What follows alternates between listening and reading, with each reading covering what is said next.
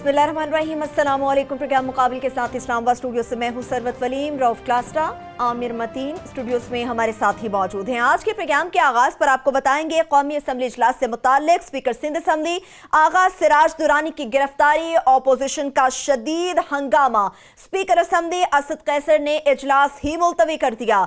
दूसरी जानिब आगा सिराज दुरानी 1 मार्च तक जिस्मानी रिमांड पर नैब के हवाले कर दिए गए, मगर सिंध हुकूमत भी जिद पर अड़ गई। गिरफ्तारी के अगले ही रोज प्रोडक्शन ऑर्डर भी जारी कर दिया। नैब ने छापे के दौरान आगा सिराज दुरानी के घर से दर्जनों गाड़ियों, कीमती प्रॉपर्टी की दस्तावेजात, मुल्की और गैर मुल्की अकाउंट्स की तफसीलात हासिल कर ली।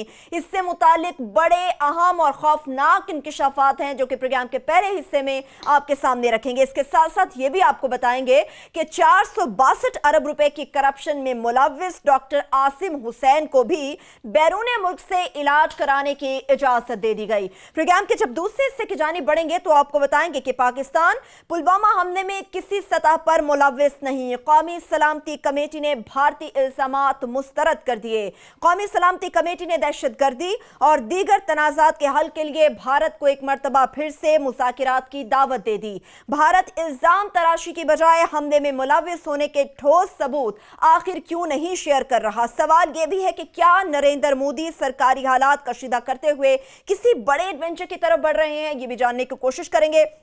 और प्रोग्राम के जब आखिरी हिस्से की जानिब बढ़ेंगे तो आपको बताएंगे कि सुप्रीम कोर्ट की वाज़ेह हिदायत के बावजूद इमरान खान काबीना ने नादरा के अरबों रुपए का ऑडिट हैरान कुन तौर पर एक प्राइवेट फर्म से कराने का फैसला कर लिया। 2015 में सुप्रीम कोर्ट ने वाज़ेह हिदायत जारी की थी कि विफाकी और सूबाई इदारों का audit auditor general of Pakistan से ही कराया जाए। अब यहां पर अहम सवाल यह है कि क्या अब खुद prime minister of Pakistan Imran Khan supreme court के अहकामात के खिलाफ वर्जी कर रहे हैं। इसके साथ साथ फवाद चौधरी की लाहौर में लॉ फर्म के बिजनेस पार्टनर और सियालकोट के हल्का पीपी 122 के उम्मीदवार राजा आमिर खान को इमरान खान की काबीना ने हैरान कुन तौर पर आज ट्रिब्यूनल का चेयरमैन भी बना दिया। इससे मुतालिक भी डिटेल आपके साथ शेयर करेंगे, मगर सबसे पहले असेंबली इजलास से मुतालिक आमिर साहब बात करेंगे जो आज शदीद हंगामे की नजर हो गया, सिर्फ और सिर्फ इसलिए कि स्पीकर सिंध असम्बली आगा सिराज दुरानी को नैब ने अपनी हिरासत में लिया हुआ है। सवाल ये कि ये खुद को बचाने की कोशिश कर रहे हैं, इसके पीछे क्या मकासद है इनके? ज़ाहिर है खुद को बचाना है, पार्टी को बचाना है, लीडरशिप को बचाना है। ये जो आज नेशनल असम्बली में हुआ ये बतौक़ा था। ये ज़ाहिर है इतनी आसानी से इन्होंने अपनी फीफडम जो कि सिंध को बनाया हुआ है उसको नहीं छोड़ेंगे। और सारे लोग जो हैं लीडरशिप में वो इस आगा सिराज दुरानी उनकी फ्रंट लाइन है। उनको ये पता है कि अगर ये फ्रंट लाइन को बचाने के लिए वो सेकंड डिफेंस लाइन बल्कि सॉरी वो उसके लिए शोर मचाएंगे तो अपनी जान बचाएंगे। ये आधे से ज़्यादा लोग जो आज शोर मचा रहे हैं उन सब पे पर्चे हैं, उन सबको पता है कि उनकी बारी आ सकती है। पर असल मसला सिंध में एक बहुत बड़ा आइनी मसला आ गया है कि वहाँ पे आज पीपल्स पार्टी नेक्स्ट लेवल पे चली गई है। इससे पहले PTM वाले, पश्तून तहफ़्फ़ुज़ मूवमेंट वाले कुछ नारे लगाते हैं ना तो उनके खिलाफ सारा पाकिस्तान पड़ जाता है। आज वहाँ नारा लगवाया गया कि ये जो नायब जर्दी है इसके पीछे वर्दी है। ये ऊपर ये हमारे प्रोड्यूसर साहब हम दिखा नहीं रहे हैं उसके अंदर जिस तरह के नारे लगाए हैं। तो पीपल्स पार्टी आज ब्लैकमेलिंग के एक दूसरे लेवल पे चली गई है कि पहले उन्होंने ये चीज़ें पॉसिबल नहीं थी। और नैब के पास क्योंकि वहाँ पे प्रोविंशियल गवर्नमेंट पीपल्स पार्टी के है, चीफ मिनिस्टर खुद एक्यूज्ड हैं, तो ज़ाहिर है उन्होंने इस्लामाबाद से गिरफ्तार किया और उनके पास वहाँ पे फोर्स पुलिस तो है नहीं थी, ज़ाहिर है रेंजर्स को इस्तेमाल किया, तो उसको उन्होंने सारा वर्दी के पैराए में कर दिया है। अब सवाल वहाँ पे जो उठते हैं सबसे पहले कि ये जो शोर मचाया गया, और मेरा प्रोड्यूसर साहब वो दिखाएंगे कल रात से सिलसिला जो जारी था कि तमाम आधी कैबिनेट और एडवाइज़र और पीपल्स पार्टी के MPA MNA, ये सेनेटर सईद गनी साहब खुद मौजूद थे, वहाँ किस तरह घर का करते रहे और ये अदालती कार्रवाई में रखना डालते रहे कि वहाँ पे जो किया गया था उनको अरेस्ट जो किया गया था आगा सिराज दुरानी साहब को, उनके टोटल हम रिपीट कर देते हैं हम, क्योंकि सारे लोग ये उनकी गिरफ्तारी का तो दे रहे हैं, हम मुकाबिल में उसकी तफसीलात दे रहे हैं कि मुकदमे के अंदर एक्सक्लूसिव कि वहाँ पे होता क्या रहा है और उन पे इल्ज़ामात क्या हैं।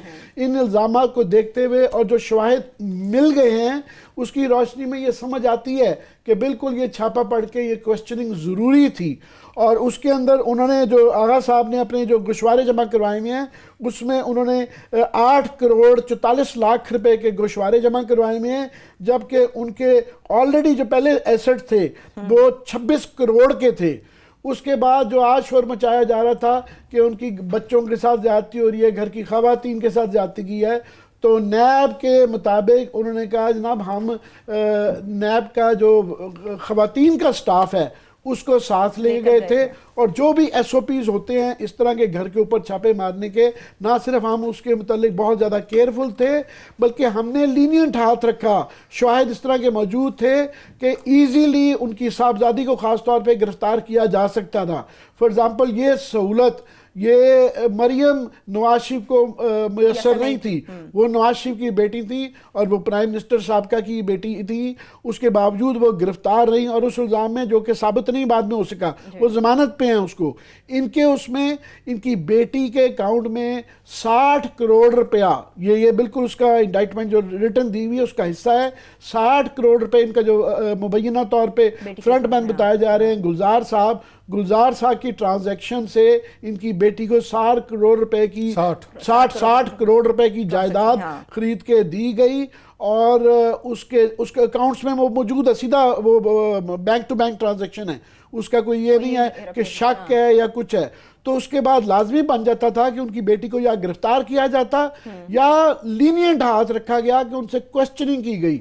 उस क्वेश्चनिंग के अंदर भी जो है शैला रजा जो है वो वैसे बड़ी लिबरल बनती हैं और ये जेंडर के हवाले से बड़ा ज़्यादा है।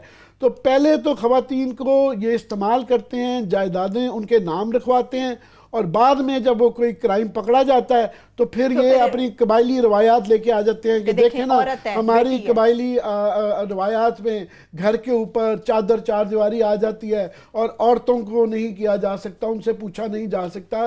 तो जनाब उसके लिए अगर औरतों को आपने ये कबायली रवायात में जाना है तो फिर उनके नाम पे ये करप्शन की जायदाद नहीं रखी जाती है। वंस वो पाई जाएगी तो उनसे सवाल होंगे और वो गिरफ्तार भी हो सकती हैं। और नैब ने बहुत ज़्यादा लीनियंट हाथ रखा है, और नैब ने जो ये अरेस्ट वारंट जो है फॉर एग्जांपल जो उसकी ग्राउंड्स पेश करके जो हासिल किया था अदालत से, उसके अंदर लिखा हुआ है कि जनाब हम इसलिए आगा सिराज दुरानी को अरेस्ट करना चाह रहे हैं ताकि चेन ऑफ फाइनेंशियल ट्रांजैक्शन, वो चेन को इन्वेस्टिगेट कर सकेंगे किस तरीके से फ्रंटमैन के ज़रिए इनके बच्चों के ज़रिए इनको ट्रांसफ़र हुई और किस तरह बेनामीदार के ज़रिए इन्होंने पैसे ये वाले हासिल किए। बेनामी अकाउंट्स की हमें तफ्तीश की ज़रूरत है। दूसरा उन्होंने कहा जनाब के बेनामीदार जो हैं इनके घर के अफराद हैं उनकी तफ्तीश बड़ी लाजमी है, तो इसलिए इनको यूज़ कर रहे हैं। तीसरा कि जो मुलजिम हैं वो बहुत बारसूख और ताकतवर आदमी है और हुकूमती ओहदे पे बैठे हुए हैं, जिसकी वजह से इनको अरेस्ट किए बगैर इनसे तफ्तीश मुमकिन नहीं है। और पूरी उन्होंने इसके अंदर एक नेक्चर लगाया हुआ है कि क्या क्या इनके पास चीज़ें हैं। ये कल काफ़ी सारी हम तफसीलात दे चुके हैं। आज जो लेटेस्ट तफसील है वो कि जो पकड़ी गई है वो माइंड बॉगलिंग जो हैं वो डिटेल्स हैं कि आगा सिराज दुरानी साहब के जब ये छापा मारा गया तो उसके अंदर जो है से जो कागजात निकले उसके अंदर 84 लग्जरी कारें, बड़ी SUVs जो हैं 84 गाड़ियों के डॉक्यूमेंट्स मिले हैं जो कि खरीदी गई और बेची गई। याद रहे कि 8 करोड़ के टोटल असासे थे, इन्होंने जाहिर किए हुए थे, तो ये एक गाड़ी जो है 1-2-2.5 करोड़ की है। तो ये अरबों में तो सिर्फ गाड़ियों की मामला चले जाते हैं। दूसरा जो है इनके उसमें DHA के अंदर इनके जो प्लॉट्स प्रॉपर्टीज के जो कागजात मिले हैं, DHA, जमजमा, बदर कमर्शियल एरिया, और यहाँ पे कई जो है ना और जायदादें प्लॉट्स के कागजात मिले हैं इनको कि जिसकी वो है। उसके बाद एबटाबाद में आगा सिराज दुरानी की प्रॉपर्टी की दस्तावेजात भी इनके नैब के हाथ चढ़ी हैं। फिर दुरानी साहब के गैर मुल्की बेशुमार गैर मुल्की अकाउंट जो कि डिक्लेयर नहीं गए थे वो निकले हैं, जिसके अंदर के फॉरेन बैंक अकाउंट भी शामिल हैं। सो वो नैब की ये जस्टिफिकेशन के क्यों उन्होंने छापा मारा और क्यों ये किया, ये इन तफसीलात के बाद वो जस्टिफाइड लगते हैं। और इसको ये बनाना पॉलिटिकल इशू बनाना कि जनाब ये देखें इमारतों का मसला है और घर पे चादर चार दीवारी भी गिर गया, यहाँ पे सवालात आ जाते हैं कि एक सिंध की हुकूमत के ऊपर सवाल बार बार रोज आते जा रहे हैं कि एक वो बहुत ज़्यादा उनके ऊपर इल्ज़ामात हैं, चीफ मिनिस्टर पे हैं, आधी कैबिनेट पे है। तो ये ओमनी का केस चल रहा है, फिर MDA का केस चल रहा है, फिर मलीर नदी का केस चल रहा है। तो इनकी तफ्तीश कैसे हो पाएगी? तो मैं समझता हूँ ये एक सियासी कानूनी के अलावा एक आईनी बहरान बनता जा रहा है। सही है।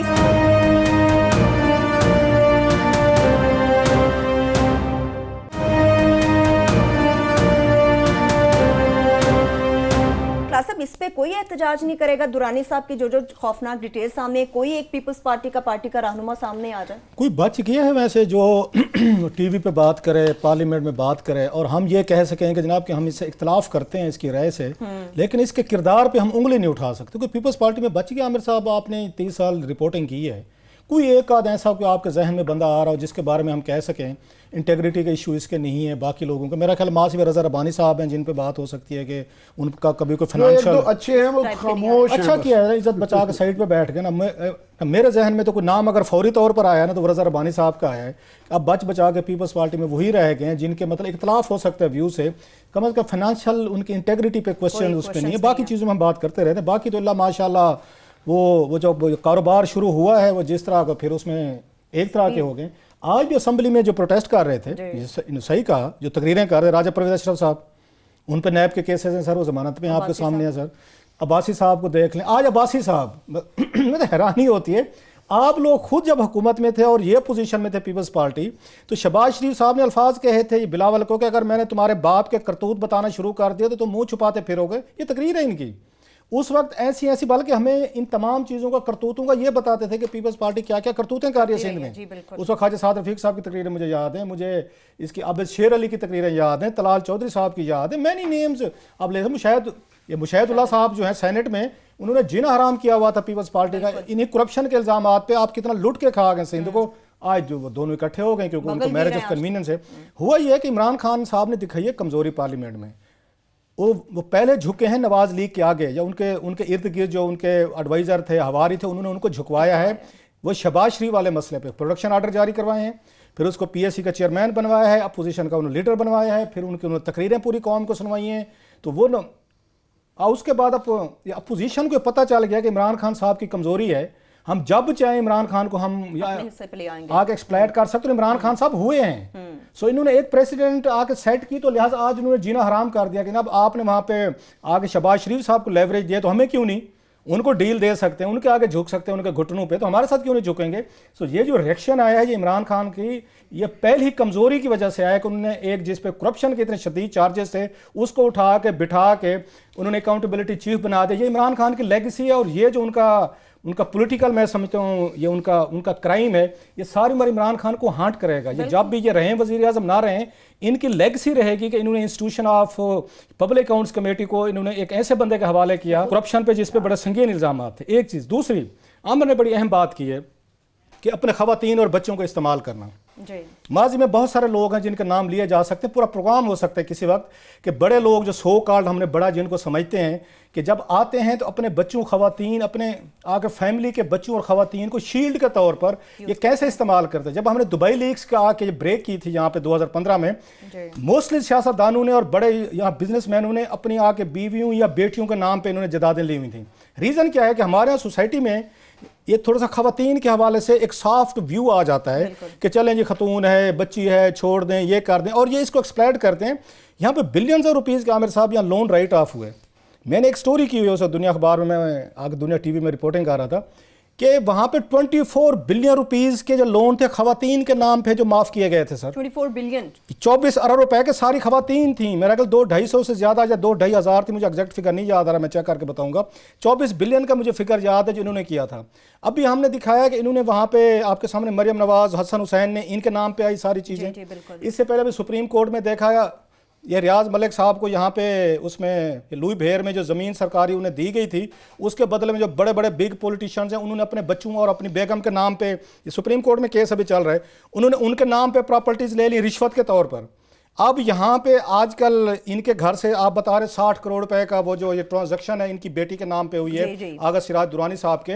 आजकल एक और सिंध की बहुत बड़ी शख्सियत है, नाम लेते हुए डरता हूँ मैं जरा, वो अपने बच्चों को किस किस के घर भेजते हैं और वहां से क्या क्या लेके आते हैं, जरा ब्रेक के बाद मैं आपको बताऊं। बच्चे इस्तेमाल हो रहे हैं ये हराम कमाल ये हमारे सियासतदान अपनी ही औलाद को किस तरह से इस्तेमाल करते हैं, इससे मुतालिक कई और मजीद कहानी और कई बड़े खौफनाक इंकशाफात है। तमाम तर डिटेल्स एक छोटी सी ब्रेक के बाद हमारे साथ रहिए।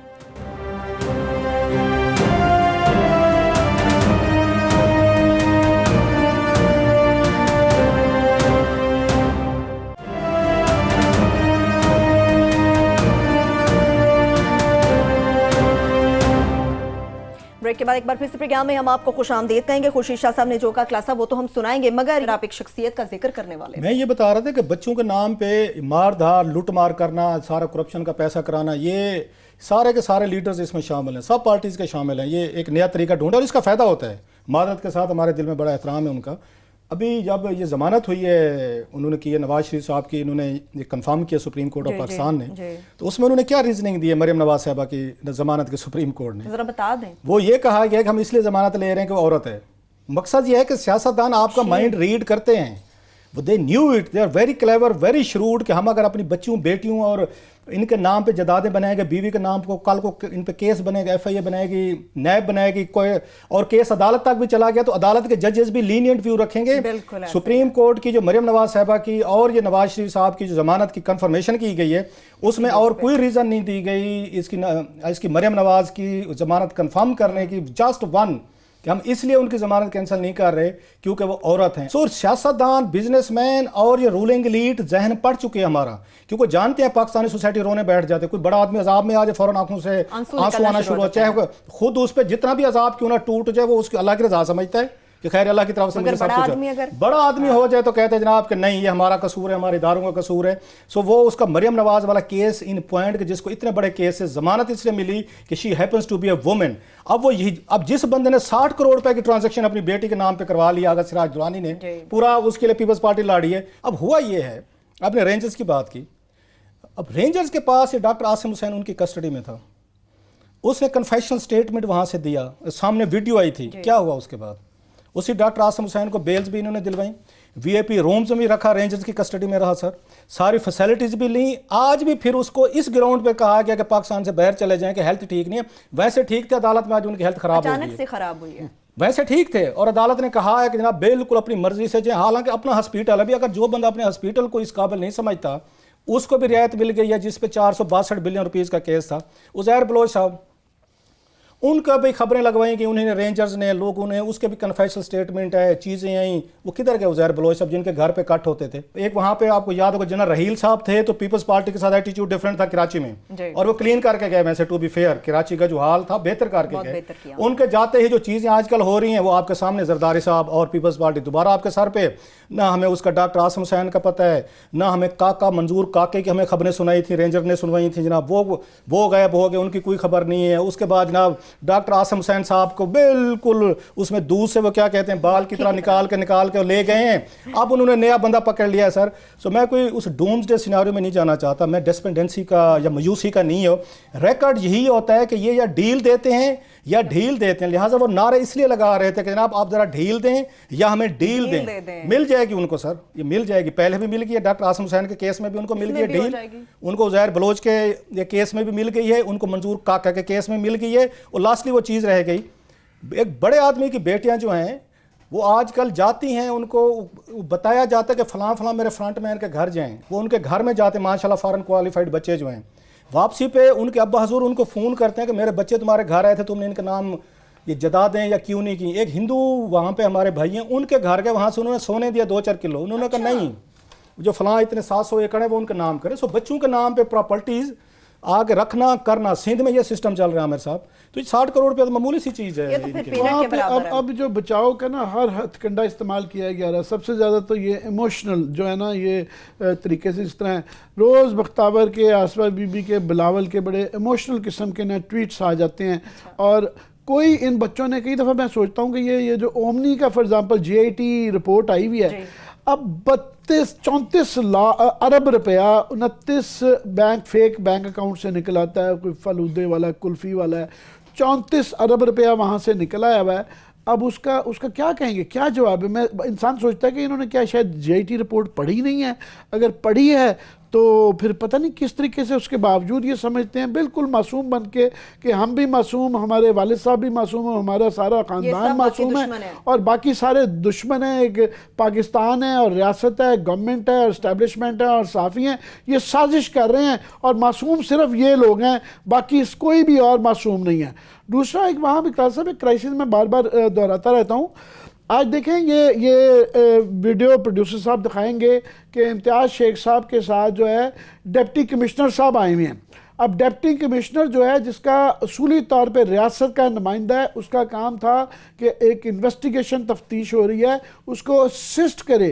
असिस्ट करने की बजाय वो ठुड्डे मार मार के ये देखें, अभी ये जो साथ साहब हैं, ये डिप्टी कमिश्नर हैं, इनके अभी नज़र आएंगे, उनको वो ठुड्डे मार के दरवाजे खिलवा रहे हैं कि भाई खोलो और ये बंद करें ये तफ्तीश जो है। अब ये जब रियासत के नुमाइंदों को ये नहीं पता कि साइड किसकी लेनी है, इधर लेफ्ट की लेनी है, राइट की लेनी है।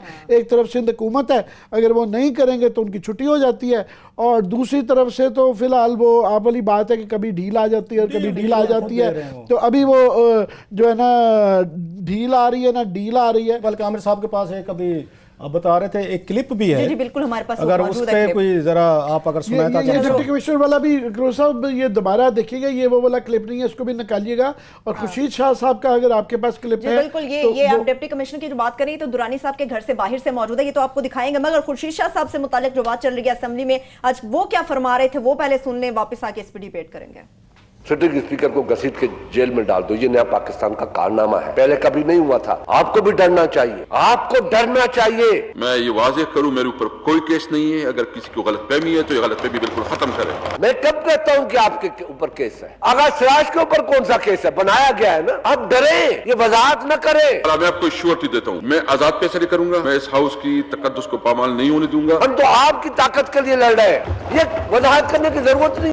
खुद तो डर रहे हैं, स्पीकर को भी डरा रहे हैं, आप भी जरा डरें। वो बेसिकली आज वो एक तो स्पीकर को करवा रहे हैं। यहाँ पे प्रॉब्लम ये नहीं है कि वो स्पीकर है और उसको उठाया जा रहा है, प्रॉब्लम ही यही है कि भाई वो स्पीकर है।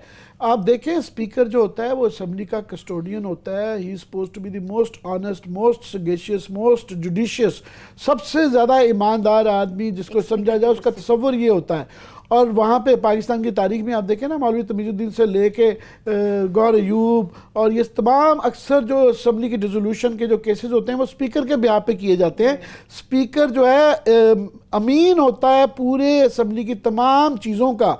तो जब स्पीकर के ऊपर ये इल्ज़ाम लग जाए कि जनाब ये स्पीकर के घर से जो है कागजात प्लॉटों की वो निकले, उनकी बेसाहबजादी से 60 करोड़ रुपया निकल आए, 84 गाड़ियों के कागजात निकले और प्लॉटों की एक दर्जनों प्लॉटों की जो है वो एक कागजात निकल आए, तो उसके बाद आप तफ्तीश भी ना करने दें और डिप्टी कमिश्नर साहब जो है वो साथ आ जाए और वो उल्टा ऑब्स्ट्रक्ट करें रेंजर्स का। अब देखें ना, ये वही वाली सिचुएशन है, फिर दोहराना नहीं चाहिए इस तरह का। ये माजी है कि 97 में जिस तरह हुआ था कि एक तरफ से जो है प्राइम मिनिस्टर का उस ज़माने में नवाज शरीफ साहब के ब्रिगेडियर साहब आ गए थे अपनी बंदूकें तान के, दूसरी तरफ से 111 ब्रिगेड आ गई थी, तो दोनों तरफ की दो इदारों की बंदूकें आमने सामने आ जाती हैं।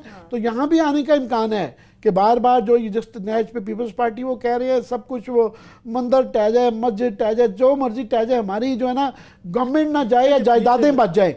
दो डेस्परेट आ गए हैं, डेस्परेशन के पीछे ये जो नारे लगवाए गए हैं आज, उससे ये डेस्परेशन है जिसका एक नया लेवल है। तो ये बड़ा मैं समझता हूँ बहुत खतरनाक है पाकिस्तान की सियासत के लिए, पीपल्स पार्टी के लिए भी, सिंध पाकिस्तान सबके लिए। ये शर्म का मकाम नहीं है कि एक बंदा नैब की तहवील में होता है, उसकी प्रोडक्शन आर्डर जारी हो जाते हैं, पूरी असेंबली में खड़ा होकर कस्टोडियन के तौर पे वो आके उनकी नुमाइंदगी करता है। कितनी शर्म की बात है। इन्होंने मजाक बना लिया है सारे का सारा, और सारे शामिल हैं। ये करते ना, ये ट्रेंड सेट करते ना यहाँ पे तहरीक इंसाफ। अब ये नाराज हो जाएंगे सारे लाडले, आप अपने मिनिस्टर को ना लेके आते वहाँ पे इसमें इस सूबाई असेंबली में अलीम में, तो आपने मतलब सारे शामिल है ना, मतलब तहरीक इंसाफ भी शामिल है उस खेल में। उसमें पीपल्स पार्टी पहले थी, नवाज लीग पहले थी, ये तीनों मिले हुए हैं। ये मस्कीटियर्स जो हैं हमारे तीन पार्टीज के, अलीम खान को ले आए, बिठाया उन्होंने मिनिस्टर की सीट पे बिठाया कि हमारा बंदा पकड़ा गया। आप कहते नहीं सर बिल्कुल प्रोटेक्शन ना करें जब तक जमानतें नहीं होती या वहाँ से क्लियर नहीं होते, इनको मत लें हाउस में। कुछ थोड़ी सी अखलाकी जुर्रत आपको रखनी चाहिए थी ना, अखलाकी हाई मॉरल ग्राउंड तरीके इंसाफ को रखने चाहिए थे। आप ये किस मुंह से कह सकते हैं कि उनके प्रोडक्शन आर्डर जारी ना करें उनके आगा सिराज के, क्योंकि आप अपना मिनिस्टर लेके आए हैं पंजाब असम्बली में, आपका बंदा आया है। सो आज उसके बाद सो ये सबको सूट करता है जो आमिर बात कहते हैं बार बार, रिग्ड सिस्टम, एक करप्ट सिस्टम तहरीक इंसाफ को भी सूट करता है। पीपल्स पार्टी तो माशाल्लाह अब तो उसमें रच बस गई है, नवाज शरीफ साहब तो वो उस नेक्स्ट लेवल पे चले गए हैं। एक तहरीक इंसाफ से हमें उम्मीद थी, वो भी उसी में रंग में रंगी गई है। वो कहते हैं ना ख्वाजा के रंग में रंगे जाने वाला हिसाब है, वो भी सारे के सारे उसी रंग में रंगे गए हैं। अब ये भी उनको ताना देने के काबिल नहीं रहे कि जनाब इनका भी कोई बंदा नहीं बच गया जिसमें नैब का केसेस ना हो, या इनके अलाइज जो हैं उन पे बड़े बड़े केसेस उन पे ना हो। सो ऐसा हाई मॉरल ग्राउंड। लास्टली कर दूं कि आज खुर्शीद शाह साहब ने जो है ना उस तमाम भुट्टो साहब के हवाले दिए कि देखें ये सियासतदानों को इकट्ठे होना चाहिए, और ये सियासतदान वर्सेस एस्टेब्लिशमेंट है ये जो बनाए जा रहे हैं, हम सारे सियासतदानों को इकट्ठा होना चाहिए, सबका इज्तिमाई मुफाद है कि इकट्ठे हो जाए इस तरह के गलत पर्चों के। बात यह है कि एक क्वेश्चन आ सकता है कानूनी कि जी जब तक वो सज़ा ना हो जाए तो उस वक्त तक जो है ना वो आप मुल्ज़िम ही रहते हैं, ये बिल्कुल आता है। मगर बात यह है कि पाकिस्तान जैसे मुल्कों में ये परसेप्शन मैटर करती हैं। भुट्टो साहब को फॉर एग्जांपल फांसी हो गई, मगर लोग कहते हैं कि वो जुडिशल मर्डर था, वो इंसाफ नहीं हुआ था। और यहाँ कई दफ़ा केस ना भी बना हो, प्रूव ना भी हुआ, मगर लोगों को अंदाज़ा है कि आसिफ जरदारी साहब का सबको पता है कि वो जो कहते हैं 11 साल में जेल में रहा कुछ नहीं साबित हो, सबको पता है कि वो कैसे छुटे। ये जो परसेप्शंस बनती हैं ऐसे नहीं बनती हैं, और कुछ जगह पे शक होता है, कुछ जगह पे शवाहिद होते हैं। ये जिस तरह ओमनी के ग्रुप में ये जो 29 अकाउंट्स में 34 अरब रुपया मौजूद है, ये एविडेंस मौजूद है, इस पे कोई शक नहीं। हाँ, ये प्रूव करना कि ये बेनामी किसका था ये एक पार्ट रहता है, मगर उसके होने का इस तरह ही आगा सिराज दुरानी साहब की साहबजादी के जो जायदाद 60 करोड़ रुपए की, वो एविडेंस ये नैब ने टाइम लिया है। जाहिर है वो स्पीकर थे, और वो ये हम मुकाबिल आपको हम सारे इस पे बड़ी अरसे से हमारे पास ये स्टोरी थी, पर हम भी इंतजार कर रहे थे क्योंकि नैब इंतजार कर रही थी। आगा सिराज दनी बड़े ताकतवर आदमी है, आसिफ जरदारी के राइट हैंड आदमी हैं, सिंध के स्पीकर हैं, और जत्थे गार्ड्स के लेके चलते हैं। सो नैब ने भी जब तक ये पूरी अपनी इन्वेस्टिगेशन ना कर ली हो, कई दफ़ा हालांकि नैब से शिकायतें रहती हैं, पर माय मस्ट से कि हमने सब ने वो पढ़ी है इन्वेस्टिगेशन की report information. Hats off to that investigation officer कि उसने बड़ी दलेरी से और बड़ी उससे निकाल के उसके तफसीलात, क्योंकि मुकाबले में हम शेयर कर रहे हैं तो वो हमने पढ़ी हैं, वो वाकई हम अक्सर बहुत बड़े नाकिद रहते हैं नैब के। पहली दफ़ा तारीफ करनी पड़ी है कि आला तफ्तीश हुई है, और वो घर तक अकाउंट निकाल के उन्होंने पूरी मनी ट्रेल दी हुई है कि वो गुलजार साहब जो है, जो मुबैना तौर पे फ्रंट मैन है, कैसे उनके अकाउंट से उनकी साहबजादी के नाम पे वो जायदादें ट्रांसफर हैं, वो कागजात मौजूद हैं। तो आगे तो उनसे सिर्फ ये उनसे मेरा ख्याल है इस बात का इम्कान है कि वो जो अभी तो कह रहे हैं ना घर पे चले गए, उनकी साहबजादी गिरफ्तार हो सकती हैं अगर ये आगे केस चला। बिल्कुल ठोस सबूतों की बुनियाद पर यह कार्रवाई की गई। छोटी सी ब्रेक की जानिब चले जाते हैं, ब्रेक से वापस आएंगे तो आपको बताएंगे कि सुप्रीम कोर्ट ऑफ पाकिस्तान ने वाज़ेह हिदायत दी थी, विफाकी हो या फिर सूबाई इदारे, कि इनका ऑडिट कहां से होना चाहिए। मगर अब की बार क्या खुद इमरान खान साहब सुप्रीम कोर्ट के अहकामात के खिलाफ वर्जी करने जा रहे हैं, और इसके साथ साथ राजा आमिर खान का भी जिक्र होगा कि उन्होंने किसके टिकट पर किस हल्के से इलेक्शन लड़ने की कोशिश की थी, और फवाद चौधरी साहब से उनका क्या ताल्लुक है, उनके लिए कौन सा ओहदा देकर उन्हें नवाजा गया है। एक छोटी सी ब्रेक, हमारे साथ रहिए।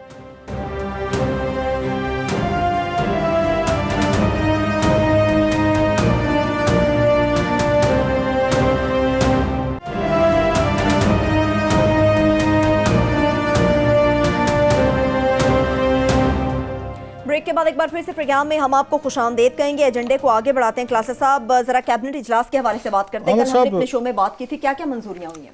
आज 2-3 बड़ी अहम वो चीज़ें हैं कैबिनेट के आपके साथ, हमने रात भी उस पर बात की थी, आज उनको फॉलोअप के तौर पर सबसे बड़ी तो 2 खबरें थी। 2 बड़ी खबर ये थी, आज फवाद चौधरी साहब जो इंफॉर्मेशन मिनिस्टर, वो एक समरी लेके गए थे कि यहाँ पे उन्होंने एक ट्रिब्यूनल का चेयरमैन लगवाना था जो जज की जिसकी पावर्स होती हैं, और उसमें ये है 2 चीज़ें हैं। एक तो वो जिन्हें आज वो इमरान खान साहब ने अपने नेक हाथों से उनको सिग्नेचर करके चेयरमैन लगाया, जिसके खिलाफ सारी उम्र पूरी कौम को वो आके शऊर उजागर करते रहे कि पीपल्स पार्टी कितनी करप्ट और बुरी है। तो आज जनाब सियालकोट के हल्का PP 122 के उम्मीदवार पीपल्स पार्टी सियालकोट हल्का 122 के उम्मीदवार वहाँ राजा आमिर खान साहब को आज इमरान खान साहब ने उनको ट्रिब्यूनल का और उनकी कैबिनेट ने उनको चेयरमैन लगाया सर। और जो दूसरी बात थी हमने बताई थी वो फवाद चौधरी साहब के उनकी लॉ फर्म है लाहौर में, उसमें वो पार्टनर हैं जिनको वो लगाया गया है। अब हम नहीं इसमें चक्कर में पड़ते, इस मुल्क में आप हमें अकेले वैसे हैं। ये उम्मीद नहीं थी कि हमारे कहने पे पॉइंट आउट करने पे जो है ये अच्छे ज़माने में ना कहते हैं डिसरिगार्ड ऑफ पब्लिक वो खत्म हो गई ओपिनियन है। कि लास्ट मिनट पे किसी ने पॉइंट आउट किया है तो कहेंगे हो यार ये पता चला ज़रा रोक लें। अब इससे देखें कैबिनेट कितनी रिग्ड हो चुकी है। रिग्ड इन ए सेंस कि कैसे वो एक दूसरे से मिल चुके हैं कि 50 बंदा बैठता है, 50 में से 50 को पता है कि ये जो जनाब आपके राजा आमिर खान साहब हैं, इवन वो भी बैठे हुए हैं जो सियालकोट से इलेक्शन लड़ते हैं, वो भी लड़ते हैं जिनके खिलाफ वो लड़े हैं राजा आमिर खान साहब। और उस वक्त वो जो इमरान खान साहब की तारीफ में वो साफ जरे वोट लेने के लिए चीज़ें बतानी होती हैं। ये दौर आमिर जो आप कह रहे हैं ना कि एक दौर था जो मैं समझता हूँ ना, ये चीज़ें जो आप कह रहे हैं एज ए रिपोर्टर, ये 80s का में नहीं 90s में फिर भी जितना भी कुछ था, बेनज़ीर भुट्टो थी, नवाज शरीफ थे, आपने भी रिपोर्टिंग की, जो भी मारधाड़ बिहाइंड द सीन करते थे वो करते थे। लेकिन जब कोई खबर सामने आ जाती थी, चीज़ सामने आती, आमिर भी गवाह है, मैं भी बैठा हूँ एज ए रिपोर्टर, उस वक्त चीज़ रुक जाती थी, फौरी तौर पर उसको छुपाया जाता था, उसको ऑफ कर दिया जाता, यार चीज़ एक्सपोज। अभी डर था। उसके बाद जब लेसन ये था कि जवाल उस वक्त आता था, कहते थे 2-3 साल बाद, जब गवर्नमेंटें रुक जाती थी, अपना पब्लिक ओपिनियन का ख्याल नहीं करती थी और कहती थी ये लिखते हैं तो लिखते रहें। जब ये रवैया ये हो जाता था तो फिर लोग कहना शुरू करते ये हुकूमत गई और वो चली जाती थी। सबसे बड़ी तबाही पता है कहाँ से मची, जिस पे लोगों ने करप्शन को करप्शन लेना बंद कर दिया, कहते हैं यार छोड़ो यार। जब जनरल मुशर्रफ साहब के नैब ने कंप्रोमाइज़ किए, तमाम बिग वो करप्ट पॉलिटिशियंस जिनको पहले गिरफ्तार किया, उनके साथ डील्स की, उनको बाहर निकाला और जनरल मुशर्रफ ने अपने भी वजीर बनाया और उन्हें जमाली साहब की कैबिनेट में भी डाला और शौकत अजीज के साथ भी बिठाया और शुजात हुसैन के साथ बिठाया। उसके बाद लोगों का ईमान उठ गया, सारी अकाउंटेबिलिटी से भी उठा, करप्शन से भी उठा। Then it was free for all. पकड़े गए हैं, नैब को पैसे दे, नैब ने दुकान खोल ली कि 2 रुपये पकड़े गए, 50 करोड़ रुपया दे दो, बाकी 1.5 रुपये तुम रख लो। उसके बाद मैं समझता हूँ इम्पैक्ट आना यहाँ ख़त्म हुआ, खबरों का ख़त्म हुआ। हमारे जैसे लोग डिस्करेज हुए जो स्टोरीज ला रहे थे, स्कैंडल ला रहे थे। हमें ये पता था कि जो जितना यहाँ करप्ट आता जाएगा वो इस्तेमाल होगा हुकूमतों के लिए, नैब के जरिए होगा, FI के जरिए होगा, पुलिस के। सो अब ये खबरें नहीं रहेगी सारी, जिसका आवाज़ खल्क या जो है अवामी राय मैटर नहीं करती। सो आज कैबिनेट में बड़े बड़े वैसे संभाले नहीं जाते सारे, ये उनको टीवी पे देख लें, चैनल्स पे देख लें, इवन आजकल इंडिया पे वो दे रहे हैं, वीडियोस दे रहे हैं। लेकिन किसी को ये जरूरत नहीं होती कि सर जी ये कन्फ्लिक्ट ऑफ इंटरेस्ट नहीं है कि आप अपनी फर्म के बंदे को आप चेयरमैन लगा रहे हैं, आपके अपनी फर्म का बंदा है और पीपल्स पार्टी का आपके खिलाफ इलेक्शन लड़ा हुआ है। खैर एनीवे, ये अब कौम जहाँ पे और कॉम्प्रोमाइजेज वो कर गई है तो यहाँ पे ये भी एक्सेप्ट कर लेगा आमिर साहब। बिल्कुल। अब आते हैं दूसरी चीज़ पे जो बड़ी चीज़ है सर आमिर साहब। अब जरा ये देखें, सुप्रीम कोर्ट ऑफ पाकिस्तान ने यहाँ पे ये जस्टिस जवाद ख्वाजा साहब के दौर में एक बड़ा एक अहम उन्होंने चीज़ें टेकअप की थी। जब यहाँ पे खुफिया फंड्स का वो मामला गया था सुप्रीम कोर्ट ऑफ पाकिस्तान में, पता ये चला था कि वहाँ पे 19 के करीब ऐसे बिग गवर्नमेंट इंस्टीट्यूशन हैं जो पैसा तो पाकिस्तानी अवाम का खर्च करते हैं, तनख्वाहें, पाकिस्तान प्रिविलेजेस, ऑडिट करवाने को तैयार नहीं है ऑडिटर जनरल पाकिस्तान से।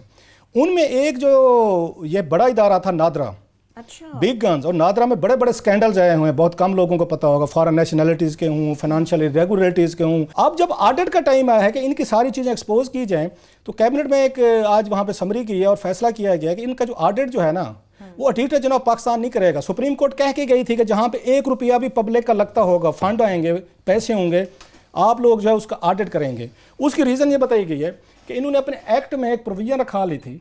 ये बात ये पता है आपको, प्रिविलेज लोग हैं कि लोगों को ये पता ना चले कि कितने बड़े लेवल पे यहाँ पे इरेगुलरिटीज़ हो रही थी, अपॉइंटमेंट्स कैसे हुई, चीज़ें कैसे हुई, कि जनाब इसका जो ऑडिट है एक्ट ऑफ पार्लियामेंट के जरिए वो ऑडिटर जनाब पाकिस्तान नहीं करेगा। तो आपने यहाँ पे इतना बड़ा सफ़ेद हाथी पाला हुआ है, वो किस काम के लिए आपने पाला हुआ है सर? बिल्कुल। अगर उन्होंने ऑडिट नहीं करना, 19 महकमों ने कहा जी हम ऑडिट नहीं करवाते सुप्रीम कोर्ट से, तो घर जाएँ, फिर जाएँ अपना प्राइवेट कारोबार करें, प्राइवेट लोगों का ये यहाँ पे auditor general Pakistan, auditor general साहब ऑफ पाकिस्तान भी राजी हो गए। हमें ये बताया जा रहा है खान लेबॉर्ट्री का तो समझ आता है, इनकी जस्टिफिकेशन क्या है ऑडिट ना करवाने की? सर इस सुप्रीम कोर्ट की जो मैंने ये सामने पढ़ी है ना जजमेंट, इसमें ये भी लिखा है कि यहाँ वहाँ पे आप इसराइल की खुफिया एजेंसी जो है उसका भी ऑडिट होता है। ये रेफरेंस दिया गया है कि पब्लिक मनी है, पैसा है, वहाँ पे अपने सीक्रेट एजेंट को भी इजाजत नहीं देते। वही कह रहा हूँ, ये एटम बम बना रहे हैं, एटम बम बना रहे हैं। सो वो इसकी क्लास लेते हैं, हमें एक्ट ऑफ पार्लियामेंट के जरिए हमें इजाजत है कि जनाब हम जो थर्ड पार्टी करवा लें, आज तक कभी आपने नादरा की रिपोर्ट आई है हमारे सामने, पब्लिक अकाउंट्स कमेटी के सामने पेश हुई है, कोई डिस्कशन हुई है? अभी मुझे बता रहे थे वहाँ पे एक शहबाज शरीफ ने लेटर लिखा है इनको पब्लिक अकाउंट्स कमेटी के चेयरमैन के, जो नहीं ऑडिट करवा ले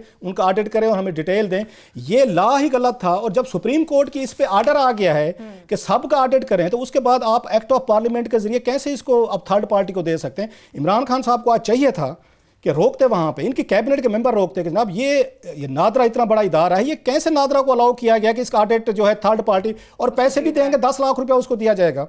जो 10 लाख रुपया आपसे ले रहा है नादरा से, वो नादरा के खिलाफ फंडिंग देगा?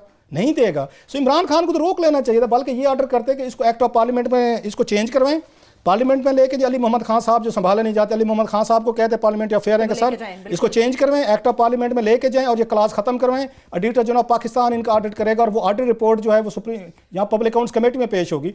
ये तो सारी वही काम कर रहे हैं जो इनसे पहले के पहले कर रहे थे आमिर साहब। ये आज का फैसला है कि जनाब नादरा का जो वो है वो पैसे भी वो देगा नादरा, और ये तवक्को रख बैठे हैं कि जिसको नादरा पैसे देगा वो उनके खिलाफ फंडिंग देगा।